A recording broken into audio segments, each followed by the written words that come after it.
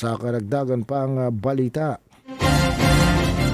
nag-issue naman kahapon ng LTO, Land Transportation Office ang show cause order at nagpataw ng 70 araw na preventive suspension sa driver's license ng isang artista na nakasagasa ng kanyang kasakyan sa ilang mga establishmento kamakailan.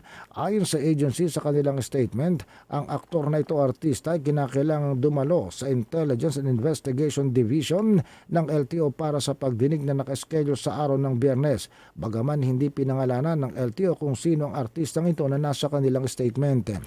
Inutusan din itong magsumiti ng sworn explanation, ganoon din ang mga necessary documents na sumusuporta sa kanyang posisyon kaugnay ng aligasyon na sinasabi sa show cause order. Samantalang kasakyang ginamit ng artistang ito ay inilagay na under alarm habang ginagawa ang investigation, sabi pa ng LTO. Ayon sa investigation ng ahensya na ginamit ang report ng Antipolo City Police Station, nakatulad ang aktor o ang artista at nawala ng kontrol sa kanyang kasakyan, dahilan para ito tumawid sa kabilang linya. Nakasagasa ng 3 mga tindahan at isang motorsiklo sa kahabaan ng Marcos Highway sa Antipolo City. Isa katao nasaktan sa nasabing insidente.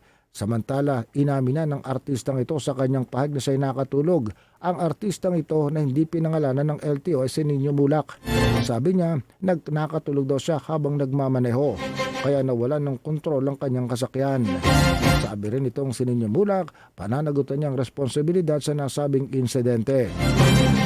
Sabi pa ni Nino Mulak sa kanyang pahayag, ang pangangailangan ng nasugatang individual ay kanyang babayaran at tutulungan ito pati ang pinsala sa mga establishmento na sinagasaan ng kanyang sasakyan habang siya'y nagmamaneho ng tulog.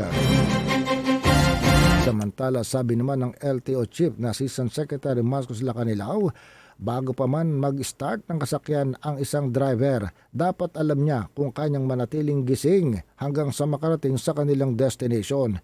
Kapag kayo ay pagod o inaantok, huwag nang persay ng sariling magmaneho. As doing so, pag ginawa niyo ito, hindi lang sarili niyong inilalagay sa panganib kundi ang ibang motorist at ibang tao sa iyong paligid, sabi pa ng hepe ng LTO. Sinabi ng LTO na si Nino Mulak ay makakarap sa mga kaso kasama ng reckless driving at revocation ng kanyang lisensya dahil itinuturing siyang improper person to operate a vehicle. Samantala, paalala ng LTO sa mga motorista mag-ingat at maging responsable sa pagmamaneho. Kapag kay pagod o inaantok, huwag persay ng sarili, magpahinga muna o matulog bago magmaneho.